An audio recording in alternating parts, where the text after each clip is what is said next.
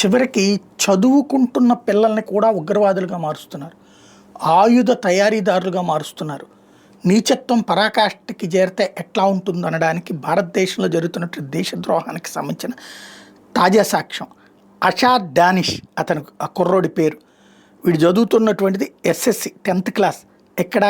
రాంచీలో, జార్ఖండ్ దగ్గర ఉన్నటువంటి జార్ఖండ్ రాజధాని రాంచీలో అక్కడ ఉన్నటువంటి ఇసామన్గర్ ఏరియాలో ఉంటుంటాడు. వీడిని అకస్మాత్తుగా వెళ్ళి యాంటీ టెర్రరిస్ట్ స్క్వాడ్ అరెస్ట్ చేసింది. 10th క్లాస్ స్టూడెంట్ని అరెస్ట్ చేయడం ఏంటంటూ లోకల్ పబ్లిక్ అందరూ కూడా గొడవకు దిగారు. తీరా చూస్తే వీడు గన్ పౌడర్ ప్లస్ బాంబ్స్ ఎలాగ చెయ్యాలో వీడికి తెలుసట, వీడు చేస్తున్నాడట. ఏదైతే పొటాషియము, నైట్రేటు ఇతని దగ్గర నుంచి బోల్డ్ అంత స్వాధీనం చేసుకున్నారు.